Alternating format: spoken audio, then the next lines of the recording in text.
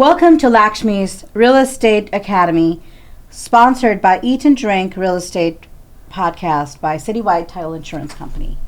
And today we have a special guest with us, Zoe Leigh, right? Zoe Leigh, yes. And you were recently interviewed by Charlemagne the God. Yeah, the Breakfast Club. The Breakfast Club. Mm-hmm. And how was that? It was good. I mean, I love Charlemagne. He's like a brother to me, so.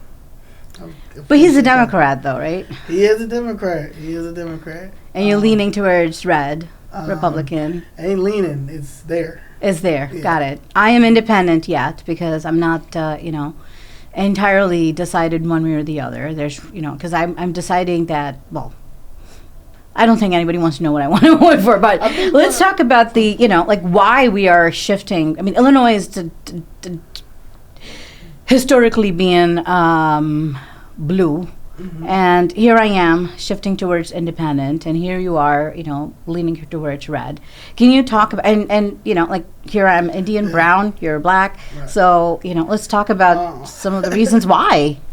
Well, I think that every person should be uncommitted until they decide what policies align with them. And for this election and for the last 4 years, the last 8 years, the Republican Party's policies have aligned with what I align with. I'm originally from Albany, New York, but my mother is from Chicago, Illinois, and she left here in 1978, and she moved back in like 2009 once my father passed away.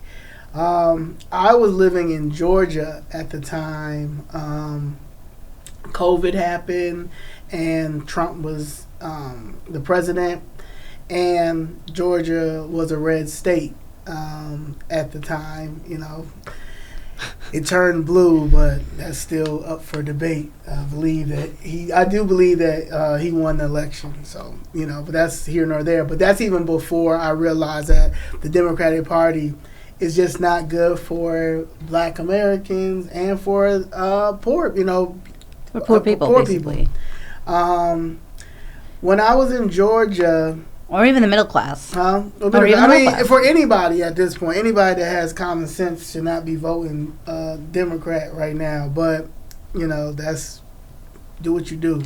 But when I was in Georgia, and I was watching the pandemic happen and everybody had to stay inside and stuff, I was trying to understand why Chicago, was still staying inside, why New York City, why Los Angeles, these are big cities, and like I said, I'm from New York.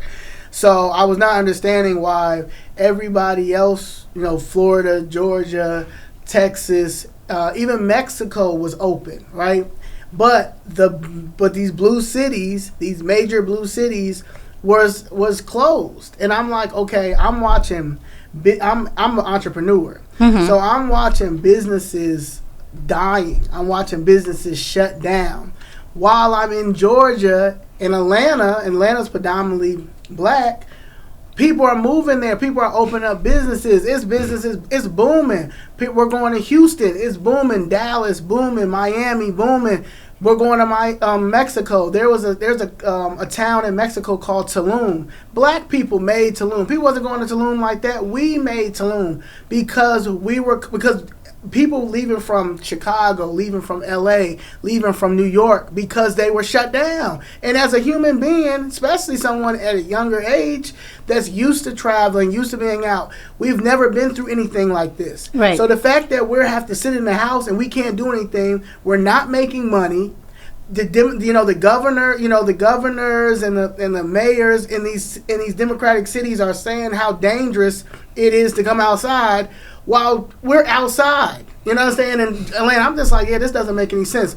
My mother, she's 73 at the time. I'm like, look, she's like basically almost talking to herself. I'm like, look, Mom, I'm about to fly you to Atlanta and just come stay with me until they figure that out in Chicago, because it doesn't make any sense. And then one of my favorite French restaurants in the West Loop closed, Maud's. Then that's when I knew that it was something wrong. Like it was, it's something wrong. Not making economically, it's not making any sense. And to sit here and say that was Trump's fault is crazy. And anybody that has common sense know that wasn't Trump's fault. First of all, that pandemic was planned, and I feel like it was planned because he actually was a decent president. And because he was a decent president, all the stuff that the Democratic Party was putting out there in the media and trying to tell people that how racist he was, he didn't know how to govern, he didn't do this, it was backfiring, because we're living like we weren't in any wars. Inflation wasn't like the way it was. Gas wasn't like this. People could pay their bills. So what are you trying to say to us? Because it's not making any sense. He said some crazy stuff, but at the end of the day, Trump an entertainer. At the end of the day, this was never supposed. He didn't even think he was going to win presidency, but he did. Right, but he did. So he was a decent president, and because he was a decent president, instead of what the Democratic Party runs off of, democracy, instead of him letting him do his second term, they go and all of a sudden COVID comes. All of a sudden, all of these people, you can't visit your loved ones. Your loved ones are dying in hospitals. You can't see them. Generators everywhere. You're forcing people to take this vaccination, but right now you're running on my body, my choice. Huh? It's my body, my choice. But people losing their jobs. People can't apply for jobs if you're not vaccinated. Yeah. I couldn't travel to see my mother, who was ill in India, without getting vaccinated. So I had to get jabbed. Right, but this is the my body, my choice. That doesn't make any sense to me, right? So you run off of this. You're scaring people. You're fear mongering, stuff like that. And I'm like, nah, this doesn't make any sense. So so when he lost the election, and when I saw that Georgia turned blue, I was like, that's crazy, but they turned blue. When that happened, that was in 2021, right? So I was down there for 2 more years, and then the situation with my mom fighting this case with the city of Chicago, demolishing our building. Filed in 2023, it looks like. Yeah, so, and she went into the hospital. So my mother went in the hospital last year. And she went in the hospital last year, and I realized, like 3 days before my birthday is January 23rd. And when she went into the hospital, I was like, man, I know it's this case. I know my mother been fighting this case, and I know this is taking a toll on her, and she's doing it by herself. So I packed all my stuff up, put it in storage, and I moved back. I moved back with my mom to figure out this. I didn't know. I knew that they shouldn't have knocked the building down. I know that we weren't getting paid for it, and I know that was my mother's whole thing. I knew my mother had all the evidence. But I also know how corrupt Cook County is and the city of Chicago is, right? So while I'm fighting this case and while I'm figuring this out, I'm boycotting I'm protesting in front of City Hall and all this stuff, and I'm just thinking, and I'm just like, this is all Democrats. This is fucking excuse me, I don't know the language, but this is Democrat. Like, this is a Democratic city. These are Democratic elected officials. Our alderman is a Democrat, and he refuses to sit and meet with my mother, and he knows that they shouldn't have knocked this building down.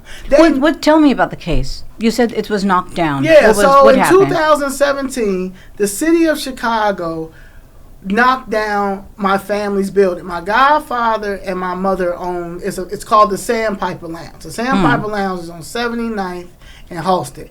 A lot of people knew the Sandpiper Lounge. Sandpiper Lounge was a lounge that everybody went to, especially back in the day. Everybody, and when I say everybody was in there, I have pictures of Obama in there when he was running as senator.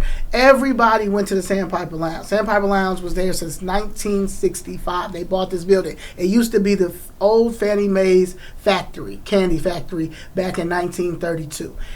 And then it was something called the Pink Panther, and then the Sandpiper Lounge. My godfather, him and his brothers had this since 1965. In 1972, they put it in a trust. In a trust.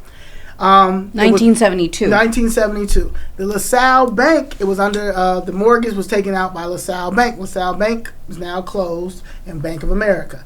It was paid off like in 94, 95. So this is a paid off building. All they're in doing 1995. In 1995. All they're paying now are taxes, right?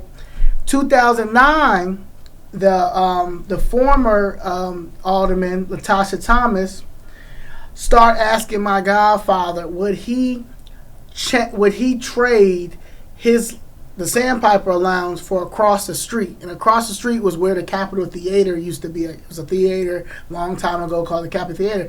And my godfather was like, no, like, why would I? But he wasn't understanding why. Then he finally started realizing that the Sandpiper Lounge was in a TIF district, tax increment financing district, right? So when he refused to sell it, refused to give it to the aldermen so they can go across the street, trade it, all of a sudden this crazy tax bill comes, right? It's like $50,000 tax bill. My godfather and my mother pay the tax bill. After that, they go in there, they take his liquor license off. They take his liquor license off the wall. So now he had a business? Yeah, the lounge was still running. Now you ran my godfather out of business. This is a black-owned business that's been in business since 1972. But because he didn't want to switch it over, he didn't want to go across the street and give it to take Capitol Theater. All of a sudden, you run him out of business, right? Cool. Next so step, what did they say was the reason why the liquor license was suspended? No reason. That's just how corrupt they are. But my godfather, he's 76. He's not going to keep fighting with them because that's another, back in the day when they were trying to take it, at that time you only could use 2 lawyers. The Doliak, and he got, his firm is still going, but, he was indicted. He was indicted and convicted. Or Ed Burke. And Ed Burke just got indicted and convicted. Verdoliak used to be on Commercial Avenue, I remember, 96th and Commercial. So anytime any black people had any issues with their properties or whatever, you only could go to these 2 people. Now, your property still will be taken, and they'll still give you a little bit of money. That's how they make money. It's big money, whatever. But we don't have social media. We don't have nothing. They don't have nothing back then, right? I'm like 7, 8, so I don't know.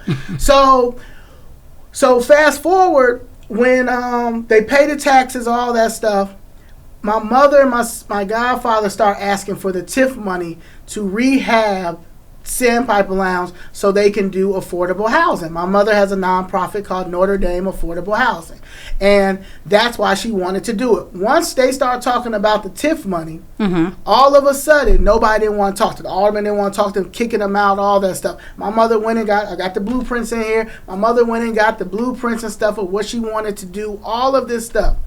2017, so my mother started using her own money, right? She put about $500,000 in the building. 2017, December 11, 2017, the electrician calls my mom and says, "Hey, Miss Marsh, the building's not here no more." And my mom was like, "What?" And he's like, "Yeah, the building's not here." Was it on the demolition list? It was on, I guess it was on the demolition list, but we don't know, right? We don't know. But anyway, my mother, fast forward, my mother goes over there. It's in the city of Chicago, right? In the city of Chicago. She goes and gets a police report down the street. There's a police station down the street. She goes gets a police report. Because when she calls the city, they have no idea what she's talking about. They have no idea what she's talking about. So then she goes down there and speaks to someone. They still have no idea what she's talking about. So she goes and gets a police report. I'll say she's still trying to get answers. She ends up finding an attorney. The attorney says that he'll take the case, and then we don't hear from him anymore. October. And the attorney took some money? No, didn't take any money. He said he's gonna look it up. October 2018. Okay? What's it called? Columbus. Was it Christopher Columbus Day? 2018. My mother gets a voicemail from the city of Chicago. This is it. I got it because Charlene Marsh. I'm not sure if I've gotten the right person or not. I'm calling from the city of Chicago Law Department. I understand you were trying to get through on over the long weekend. In any event, there are three things you can do if you want money for demolished property. If we're just talking about a little bit of money, the Alderman's Committee on Finance, and I'm surprised your Alderman didn't mention that to you, if this is a more serious problem, and I rather suspect it is, and it's happened rather recently, call Anya Delgado.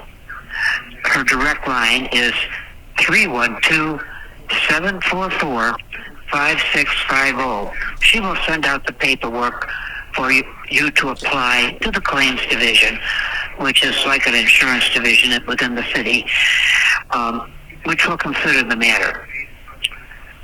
744 or 312-744-5650. And it's Anya Delgado, but that's her line, so either she'll pick it up or somebody who's doing the same thing that she's doing while she's out to lunch or something. The third route is to file a lawsuit. You can do this pro se, in which case go on down to the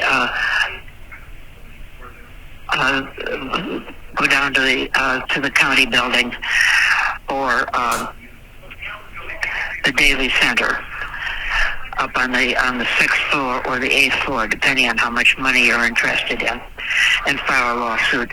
Better yet, your attorney, because if you're running this kind of an operation, you've probably got an attorney, and that attorney can tell you what your prospects are. So that was the three options. So that comes directly from the City of Chicago Law Department. So my mother went and got an attorney. One of my mom's friends went and got an attorney. The attorney at the time was Gainsborough Law.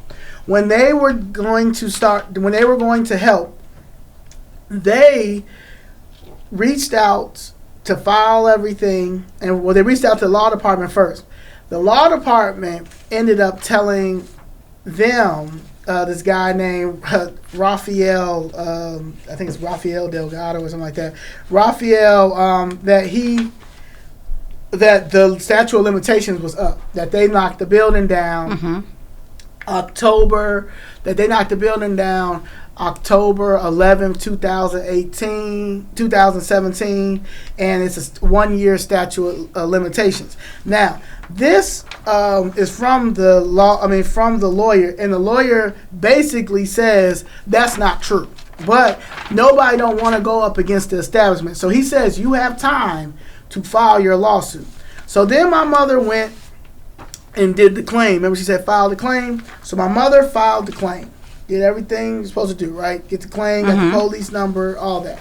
They give her, the law department writes her back October 19th. They said that just acknowledge that they got the claim, and that the statute of limitations expires in a 1 year loss, but they'll look to see the claim is under investigation.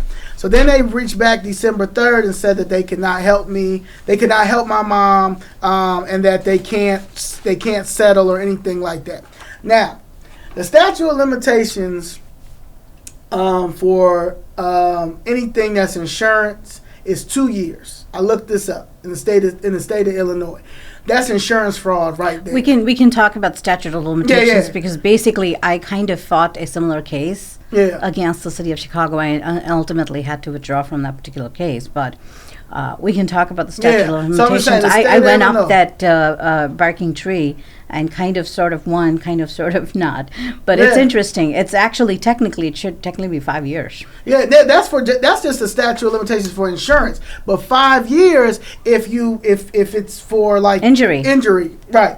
So right there you just lied, right? But they didn't lie. They're using technical terms because it is true that you have the statute. It is true that in there's a 1 year statute of limitations against the city of Chicago, but if it's injury such as personal injury, for example, if you got hit, you got hit. Insurance fraud, the statute of limitations for any type of insurance claim is 2 years. It's 2 years, and then property damage, which includes like injury such as one you've experienced, your mother has experienced, is technically 5 years, and it's 5 years from the date of discovery. That's a lie to me. It's 5 years from the date of discovery. Yeah, so that's a lie. on top of you continuing to commit fraud, because at the end of the day, the overall issue is you want that land because it's in a TIF district. That's another reason why I rock with Trump, because of opportunity zones, and a lot of people do not understand opportunity zones.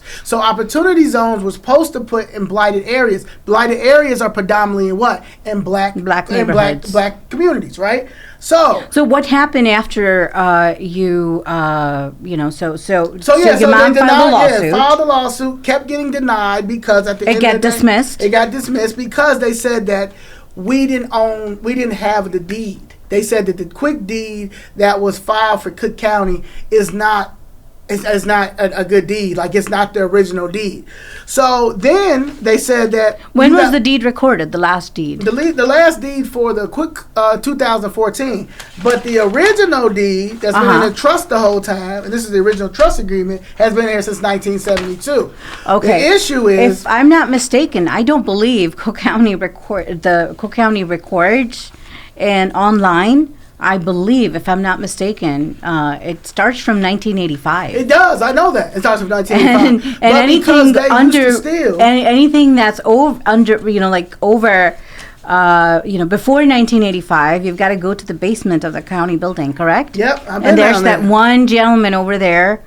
There's only one gentleman. Is he still there? I don't know. I mean, there's another guy in there too. But if you go so down there's there, two people now. If you go down there now, because I've raised so much hell, they have all this. It's a criminal thing. It's criminal now if you come down here asking for deeds and it's not recorded and all that, because they've been doing this for so long and getting away with it. So when you go to the city, right? When I started fighting this and I was going down there, they would tell me that the reason why they knocked the building down was because of building violations. So I said, okay, where is the court papers? Give me the building court papers that let you know that you can knock this building down. Like, you have to have the court order. So show me the court order. Let me guess. They said it was an emergency decision? It was an emergency decision.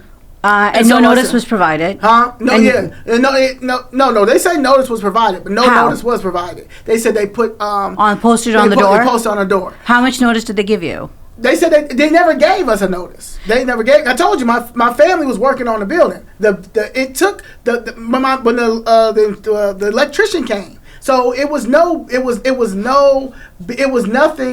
on the building. No notices. However, because I've dug so deep in this, even with an emergency wreck, or if you say there's police powers, you still have federal demolition laws. Illinois still has demolition laws. You cannot. I don't care what Chicago policy has. You cannot override the law, and that's just what it is. But because we don't dig in deep, because we don't know, they allow that, right? So that's what the city's saying. So when you look at the lawsuit, the law department, Bradley Wilson, their corporate counsel, he says that they were under the impression that the city owned the building. You know why? Because when you look at the demolition permit, what does it say? The owner, City of Chicago. How did they own it? Because what you just say, right? After 1985, nothing is recorded, right? Not the original. Before 1985. Yeah, 1985. So because this was in the trust the whole time, and by law, we don't have to announce that, because why are you bothering my property? Why are you bothering my family's property, right? So because they're so used to doing this, and black people, and I hate to say this, but we have normalized, well, that's just what Chicago do. Chicago just take property. No, they are not supposed to do that. So because they mess with the wrong family, here comes me. Okay? So I come in, I started protesting outside for 7 weeks, my whole summertime shot. I was down there. And when I was down there the first week, people would stop me, all different nationalities. Mexicans, Indians, Asians, and they all would say, white people, they all say the same thing. They would say, yeah, this is what they do, but you got to get a lawyer, da-da-da. But they all said, now, you'll get it back, you understand? They'll say, but you got to get an attorney, But when it came to every black person that stopped, they all say, yeah, that's just what Chicago do. So they've normalized it, and they've made it where you can't get an attorney here. Like, you literally cannot get an attorney here because nobody don't want to go up against the establishment. But I kept telling myself that this a new generation. You're not going to play me. You're not going to take my generational wealth. I'm an entrepreneur, and this is the most corrupt city on the planet, and everybody knows this. Everybody knows Chicago's so corrupt. But this is the corruption in Chicago is so deep and runs so deep and is so normalized here that this is a communist city. Y'all running this like a communist town. Like what y'all are saying that the Republicans are doing. Nah, that is you, and it's been y'all for forever. And y'all will do whatever to win a case. The fact that they spent millions of dollars in fighting this case, instead of just paying my family out, because they know that if we win this case, that line is going to be so long because y'all have done this to so many people. So y'all rather fight this case and try to make it look like we're crazy, but every time you doing that, I'm seeing more fraudulent things. They didn't even record it. If you look at the previous lawsuit that my mother lost, the reason why she lost that lawsuit was because Bradley Wilson put a deed in there. The same deed that he found the same deed that my godfather has that was in the trust, but he had it's paper, it's recorded, like it's a copy paper. It's not the original. Went and had this guy named Edward Moody. Edward Moody was the recorder of deeds at the time. Yes. But he's not there anymore. Whatever, they had abolished that. Had them stamp it, but they never recorded it. So that's a fraudulent deed. That's a fraudulent act right there that y'all committed. So that's why we lost the case. That deed, if you go look at the previous lawsuit, that deed was never recorded. They knew that not to record that because y'all knew that was a fraudulent deed. Y'all knew that my family had this deed this whole time, but because we couldn't get no attorney and they know how this works, that nothing's gonna happen. So that is the reason why because you can't get any media. The press don't want to deal with it in Chicago. So the only thing that I could do was to reach out to Charlemagne and say, I need 30 minutes because y'all are not going to, I'm not going to lose this case. You're not going to hide this. You're not going to, so we're going to let the public see how corrupt Chicago is. Y'all hear about how corrupt Chicago is, but I'm going to break it down how corrupt Chicago is because they have nothing.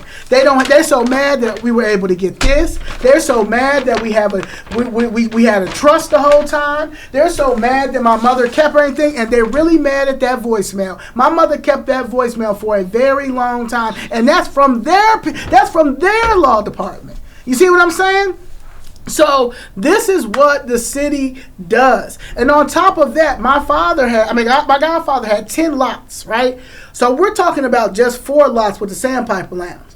The other 6 lots they done stole from him, a Save-A-Lot is on there. They have yet to pay him for that. That's a whole nother thing, right? So they got money from Save-A-Lot. Huh? Well, yeah, whoever gave those 6 lots to whoever the developer is, he sold it to Save-A-Lot, right? And this was while you were doing the litigation. Yeah, this is it. So this is a whole nother lawsuit, but we over here trying to save this, right? The 4, and then on the 6, they've already built a Save-A-Lot. Built a Save-A-Lot. Now, 2020, the Save-A-Lot closed because of the pandemic, right? Lori Lightfoot, when she's in office, she gives a grant to all of the Save-A-Lots that's closed, but the Save-A-Lots also have a nonprofit called the Yellow Banana. That's a government-run grocery store, right? So she gave all the Yellow Bananas $28 million a piece to run these grocery stores, right? They're building They're trying to build this government-run grocery store on my property, and they have yet to pay us. You understand what I'm saying? This is how messed up the city of Chicago is, and they're going to continue to do it if no one does not fight and there's no legislation, because it's a money laundering thing. It's a cycle. So black people are never going to get generational wealth because they've made it where you can't. Either they're going to raise them property taxes high as hell, they're going to eminent domain it, or they're going to just take it and put whatever they want on there. That's the government. That's not a person. They're about to put a government-run grocery store on my land. Private land. On my private land and have yet to pay me. And you think that I'm going to allow that? I went in there the other day. It's on my YouTube. Did a whole live in there. Went crazy in there. Y'all think y'all crazy as hell if y'all think that y'all gonna run this government-run grocery store on my land and y'all haven't paid me. And that's how corrupt it is. So why would I vote blue? Why would I continue to ride blue? I've never been with either politics. Mm-hmm. I mean, because at the end of the day, you have to revamp they all. It's some weird ones over there too. But at the end of the day, why would I ever do this? And this is my own community. These are black elected officials that are doing this, not white elected officials. These are black elected officials. That's black on black crime. Y'all sit here and talk about all the stuff that white people do, how racist they are, but that what they do is in the Democratic city, in the Democratic Party, they put these black faces up, right? And then behind the black faces, they have these white chief of staffs, these liberal people, right? That at the end of the day, Malcolm X Ben said that a liberal white person is the most dangerous person to the universe, right? They put them behind them, but they have these black faces here, right? And they make it seem like we're not prejudiced. Why would we do that? We're not racist. Y'all worse than a white racist person. Because y'all my color, y'all my skin complexion, and y'all selling our communities out. You're a traitor. So, and you're not the only one, right, Zoe? No. You have how many people that's on your team? Right now, it's has housing property issues there, and they're all 60 and above, right? It's about 10. After I did my after I did the podcast with Charlemagne, with Charlemagne, I have 200 emails. 200 emails from different asking for assistance. Yeah. And we haven't even touched the other issues. We just talked about the building code violations. Right. We haven't talked about the property tax fraud for residential homeowners. Yeah. For senior citizens, that a lot of times you've got senior citizens who are, get a tax bill they can't pay, and then there's scavenger tax sale. Tax sale. And I listened to Charlemagne the God's the podcast. I listened to it a couple of times, and it was really interesting. I took some notes, but one of the things that he asked is do you know who is behind who is it that's going after your land? Do you have any idea? Or my mother has always said that she always brings up somebody named Quackenbush. She always. I know you mentioned that. Yeah, she always mentions Quackenbush. Whoever is the developer for the Save-A-Lot, we're still trying to figure out who put that all together. That could be a possibility if you look up. Because even they messed up the addresses and stuff. Like when you go look up Save-A-Lot, it doesn't even make any sense, the address. Because, of course, they're trying to change everything. Yeah, they changed the variances. They changed the zoning laws. They changed, whatever. If they want it, they want it. And they'll redraw it. They'll redraw it. So, so I don't know who it is. But when I say that it's the illegal eminent domain or it's the Fifth Amendment, the city tries to say that it's not the Fifth Amendment because we still have the land. Because we still have the land. But the government knocked it down. Like, we didn't knock it down. Because y'all knocked it down. It's true that you have the land, but you also have the structure. Yeah. So what they're saying is that the structure was structurally unsound. It was going to fall anyway, and we just demolished it, and therefore you don't get any money. That's basically their argument. On top of that, but the crazy thing is, if they felt that it was blighted in any type of way or unstructurally sound, where is the, because usually when they knock down somebody's building or stuff like that, especially when it's privately owned, they give you a bill. They didn't give me no bill. You know why I didn't get no bill? Because the city of Chicago owned it. And then they were going to continue to say the city of Chicago owned it because they were going to do that. So that how was is the it part that of it was? How is it that it was structurally unsound and the city of Chicago owned it at the same time? Exactly. So are they saying that they didn't maintain it? Like, is that their argument? I'm trying to tell you, it's two different arguments. When you go in the law department, they're saying that it was that the ownership is not clear and that that we didn't own it. And then when you ask anybody that works in building department and our terrible alderman David Moore, he will say that it was building violations. Okay, it could be 30,000 building violations. Where is the court order? Where is the where is it where it was falling off? It was knocking. It hurt Pictures? Somebody. Where? Show it to us. You can't Did they show take pictures? It. No.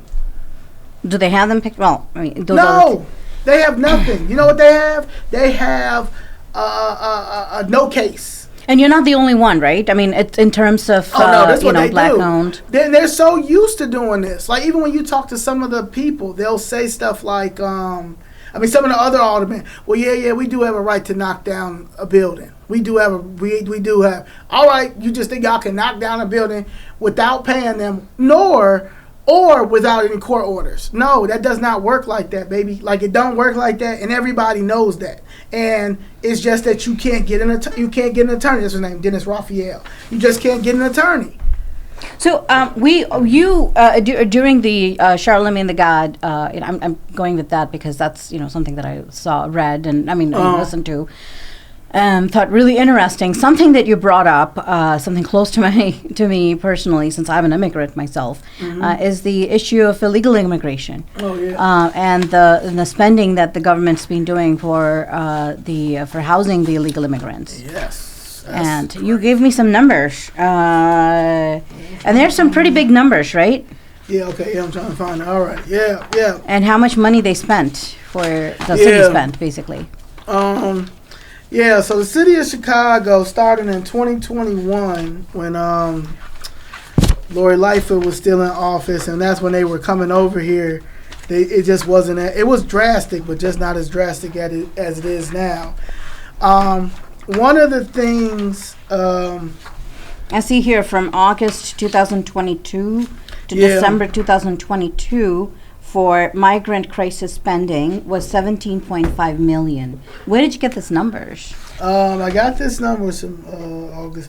Oh, I got this numbers by, I go down to every committee meeting. So you go to every committee meeting? Every committee meeting that's down in the city of Chicago. And you're not welcome there sometimes, right? Yeah, I've been arrested twice. Why? Because you violation of my freedom of speech, letting them know that they stealing or trying to keep me out of the rooms, making it hard. But December 2022, it was at 17.5 million because I don't know if you remember, but in 2022, the summer of 2022. No, summer of 2023, CBS FOIA'd how much money was so far spent. And it's like, you can look it up. And one of the aldermen, Jeanette Taylor, she sent me the spreadsheet of the first money that was spent. And so much money was given to... That's when everybody started talking about favorite staff. And they was like, well, who's this favorite staff in healthcare? Now, favorite staff in healthcare, they are the people the staffing company that Favorite staff. Yeah. They were That's the name of the company? Yeah, favorite staff in healthcare. They were brought in to deal with the migrants. Mm-hmm. Right? Now, they're coming from Texas. They're coming from Florida. When you say they, you mean the migrants? No. The favorite staffing. Yeah. So why are you going to Texas? Why are Texas and Florida are the only there's no staffing there's no healthcare or staffing places in Chicago or close by. You know what about like some of the biggest CNAs and the biggest CNAs, right? Favorite staffing, but it's only for migrants. Even favorite staff in New York, they're using them. Here they were using them. Denver, they were using them. LA, that migrant crisis is just gone. It's gone. But definitely New York and Chicago, right? When you look at they're driving here too. When you look at the license plates, they're all from Texas. They're all from Florida. So they were getting security guards, and they're paying. I mean, this one nurse, she made $100,000 in a month. A security guard, $30,000 in a month. Nobody never had no security guard ever got $30,000 a month, right? They're firing people who were originally working at some of these shelters and stuff because they said they need bilingual. They need people who speak Spanish, right? So people losing their jobs that already was at these shelters or at places like this, they're not hiring other people here because you have to be bilingual. So alone, they spent $17.5 million just on staffing healthcare on top of a lot of these nonprofits, these churches like Another Chance Church. Another Chance Church received $321,000 from November 24th to the new arrivals, right? From November 24th to November 30th, they received $20,000. That's 6 days. $20,000 for 6 days. Least new arrivals December 1st to December 28th, 27 days, $80,000. And those are our tax money. That's her tax money. Least new arrivals December 29th to January 4th, 5 days, $20,000. Least new arrivals January 5th to February 1st, 25 days, $80,000. Least new arrivals February 2nd to February 28th, 26 days, $80,000. Then for church repairs, $41,280.72. Not one migrant went to Another Chance Church. Not one migrant was housed at Another Chance Church. Because everybody know that. They never made it over there. And this was in 9550 South Harvard Avenue. Another reason why I know they didn't make it over there, because their church was messed up. They was fixing their church up. So But the money that they got, but they never fixed it. Well, I mean, they got a whole new church now. And the migrants are there now or no? No, never made it. A lot of these people, I know some people who that got properties and stuff, right? And they were the government was saying, hey, can you house some people here, right? And they were paying like just say $5,000 a month, right? But no migrant never came. Not saying that they were saying no to it. The migrants never made it over there. And even if you look, I think a couple of months ago, I think it was ABC or Channel 13. There was a migrant family that they were following. And every time the government or the city would tell them to go to a certain house, right? The houses would be so terrible and so like they never fixed anything up. So they would have to go back to the shelter because her father had some type of, her husband had some type of like disease or something like that. So he couldn't be out there. It was like, it was just disgusting. Her daughter had some type of disease as well. So every time they would go to these houses, the city would send them to these houses, and they were paid for by the government. They were so slummy. But the government still was getting paid monthly, and that's how it's always been. So the government the spending is reckless from the $700,000 a day when it comes to shelters. You understand? Like this stuff that you can look up. You can look this up. They were spending $700,000 a day on shelters. Now, mind you, these 5 different shelters. So you're spending $700,000 a day on these shelters, but the shelter conditions are still messed up. They still have mold in there. There's rats, there's roaches, there's all of this stuff. And there's no migrants. Oh, no, migrants is in the shelter. Oh, they're in the shelter. In really despicable conditions, basically. Yeah, but you're spending all this. How you spend $700,000 a day and you got mold? You've got roaches. You've got rats. They're deplorable. These conditions are deplorable. But you're putting these people in here, right? 50,000 Ukrainians are over here. You would never know that 50,000 Ukrainians came over here. You know why? Because they put them in Ukraine Village. They housed them. They made sure they had their jobs. They made sure their citizenship is taken care of. Their food, their children are in school. So why you couldn't do that for the Venezuelans or the people coming over here from Latin America, South America, from Haiti, Nigeria, Haiti, right? Why are they all over the place? Why are our downtown got a migrant family on every corner with candy and 3-4 kids? I mean, they all got the same. They all got the same candy setup.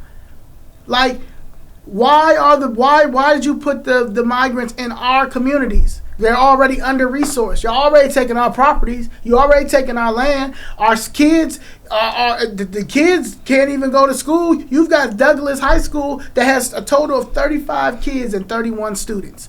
A high school, okay? You've got 2,000 black kids who did not re-enroll into CPS, but you got 2,000 migrant kids that just re-enrolled. You've got kids in there that do not speak English. Right? Mm-hmm. They need translators. The teachers don't speak Spanish. They refuse to buy translators. Right? So you got the lady, the lunch lady who speaks Spanish coming in there trying to teach the kids while she cooking too. And because the CPS doesn't want to spend money on translators, but y'all got $9 billion. You see what I'm saying? Right. None of it makes any sense. But this our tax dollar. Our tax dollar is going to all of this. Okay. Our tax dollar is going to all of this. So yeah. So a couple of the other things that I wanted to talk about is the black on black crime and the shootings that's been happening in the city of Chicago. Mm-hmm. We're known as one of the most dangerous cities in America. Well, one of the, right? Crime's ridiculously high. Most of it is black on black, right? And how much resources are you seeing in that community? None. And you know how much resources go in that community? According to the finance meeting, millions and millions of dollars. All this, it goes to nonprofits. It's supposed to help with gangs. It's supposed to help with the churches are supposed to help. No, I'm trying to figure out where the money going to, because it's not going to these kids. Okay, and like I said, I can sit here for days and days, but the crime in black communities is never going to change. And that ties directly into the situation with the land, because where there's crime, land values are typically low. Where land values are typically low, the poverty level is low, high. And they don't want education is, and they don't want to change that. You know why? Because that's how the Democratic Party makes their money. The Democratic Party makes their money off of black oppression. The Democratic Party makes their money off of poverty. The Democratic Party does not want to solve anything. You would have to. They don't want to do that. Basically, they're making money off the black vote. Yes, the vote. And we're politically ignorant. We're politically lazy because we just say, you know what? I just can't vote. I asked 3 of my friends, okay, Trump is so racist. Give me the list of all the racist stuff he's done. They can't. Right. So in terms of inequality, I wanted to just run through a couple of numbers, okay? Right. We did this just before we started this podcast, so and so I just wanted to run these numbers, so just to get an understanding of the numbers that we're talking about. Mm-hmm. So in Illinois, in 2021, the median income, which basically means that if you take a random person on the street, and if you see how much everybody makes below him and everybody makes above him, that would be like the number. So, and that number is 74,474 in 2023. Yeah, okay. You don't believe that? No. In 2021, it was 65,781. So we went up. Allegedly we went up. Yeah, come on. I mean, about $9,000. We went up, and bread is $8. People can't afford anything out here. What are you talking about? They crazy. Okay, so and then we're also poverty rate is about 17.2%. In other words, if you take 100 people off the street or whatever, out of that 17 people of them would be roughly about over 17 would be under population. We are allegedly the 6th highest amongst cities with a population over 1 million. And my favorite topic, there's another category within the poverty rate that's called deep poverty, which basically means, they have no amenities of any kind. And that's about 53%, and mainly in the endemically poverty-ridden South and West Garfield, West Chicago areas. And I was looking at what the annual income I just wrote it down somewhere. Give me 1 second. I will find it. I wrote it down. Yeah, here we go. So these are the numbers that I'm going to run through with you, and let me see if this makes a little bit more sense than $74,000. Family of one, poverty line, $14,580 annually. That sounds more about right? Yeah, that sounds about right. Maybe a little bit less, but that's high. That's high. 12,000 and under, you don't even pay taxes. So right. So and then we're talking about income. What you just said, 12. That's one person. Yeah, but over 14,000, you got to pay taxes on that. Yes. Come on now. And 2 people, right? 19,720. Say about 20,000. Okay. So a family of 3, say about 25,000. Family of 4, 30,000. Yeah, what are you supposed to do with that? When bread's $8. When bread is $8, I told my mother that I bought a box of Q-tips, $10. That's crazy. A box of Q-tips is $10. Like you can't sit here and say Bidenomics is working. You can't sit here and say that he said the other day that we're down, inflation is down 1%. Like, what? Where are you? Y'all are delusional. You understand? And they think that we're delusional. They think that we are delusional, but majority of us are not delusional. We're just politically lazy and we're politically misinformed. So we're not paying attention. Same with me. You understand? Like, I always thought, like some of the stuff, like economically, like, this doesn't make any sense. But to actually be out here fighting and then realizing that the pushback and stuff, like, we really need to get involved in politics. We really need to get involved in economics. We need to take emotion out, because a lot of us are emotional. We need to take emotion out and really look at economically. None of this makes sense. It doesn't make sense from the corporation level. It doesn't make sense to small businesses. It doesn't make sense to the real estate level. It doesn't make sense to the average worker. It doesn't make sense to the average family. You want a family is very, very important, right? The man in the family is very, very important. And when that man cannot provide for his family, it is a problem. And no one is addressing that on the Democratic side.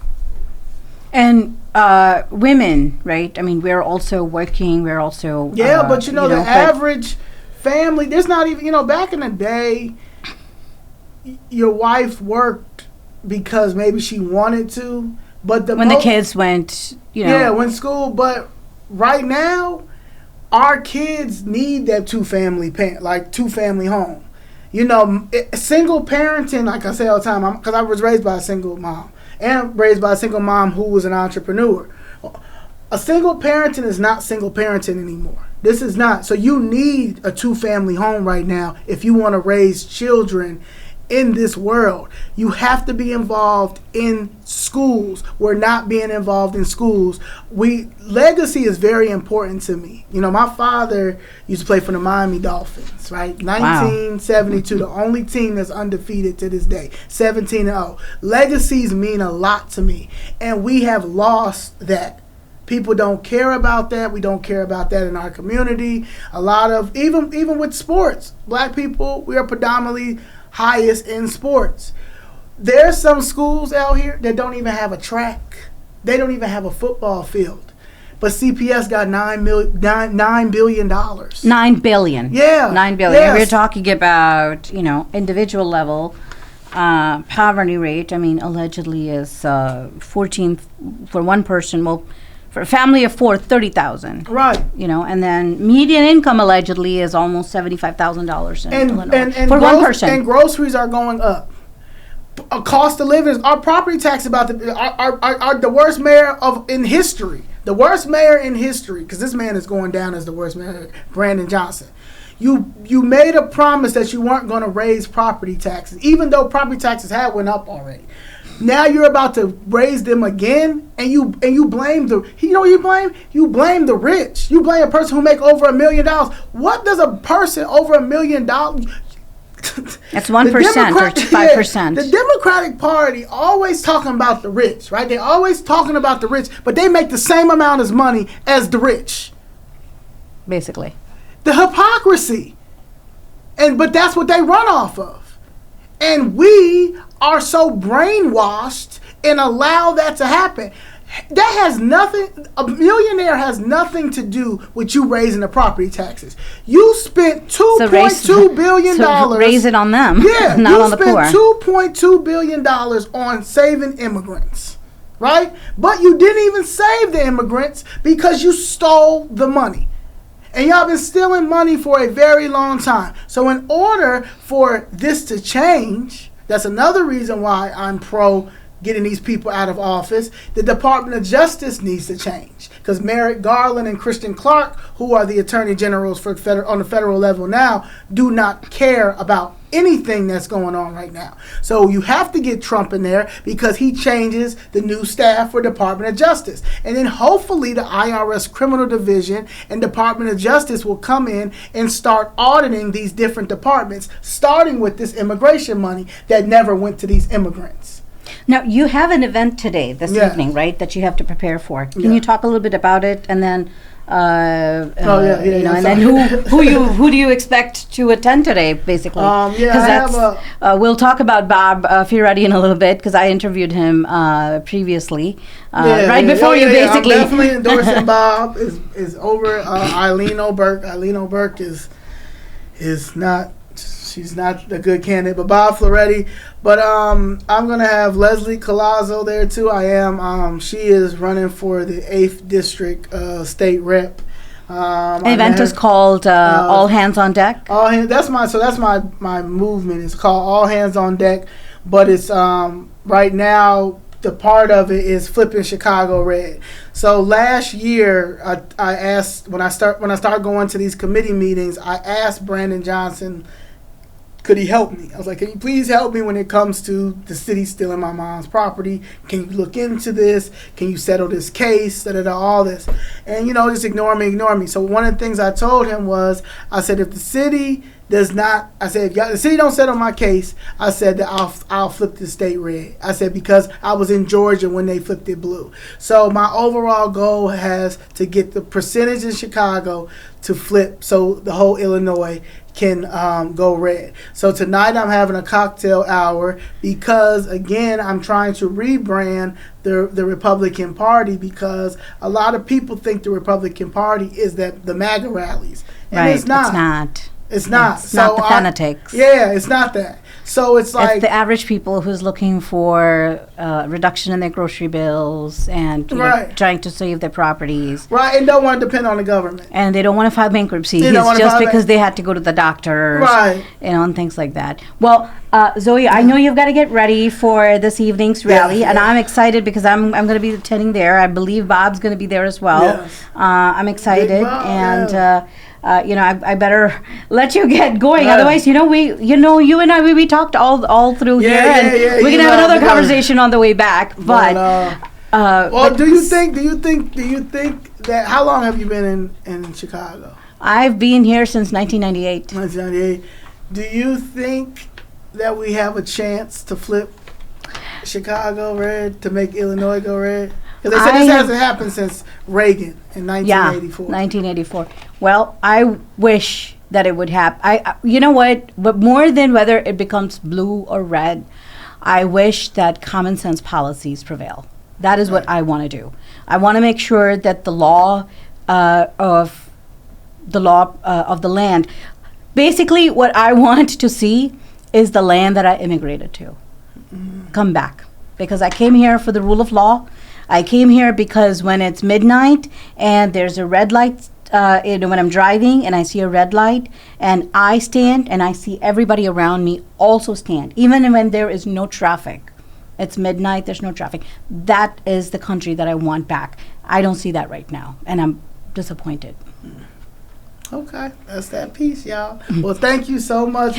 I know I could talk for hours and hours. Well, you and I should. Yeah, so we should. Thank you. Was it Eat and Drink? It's Eat and Drink Real Estate. I love that name. That's such a dope name. Isn't it? You just need to have like some cocktails or something. We should have had a charcuterie board, a little bit of cocktails.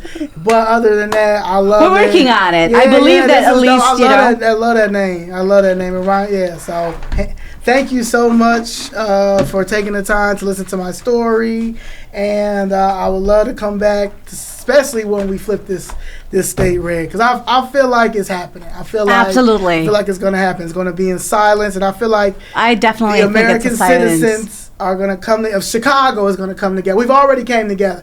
If Brandon Johnson didn't do anything so far, this is the most segregated city, Chicago. He has brought everybody together. The South Side, West Side, North Side. Quietly. Quietly. We are mad, and we are going to do something about it. Thank you, Zoe. Thank you. And thank you for joining us. If you want to see any of the information that we have discussed about today, they will be in the description. Thank you for joining us. This is again Laxmi. I am the guest host for Eat and Drink Real Estate Podcast, sponsored by Citywide Title Insurance Company. And I look forward to seeing you again next time. Thank you.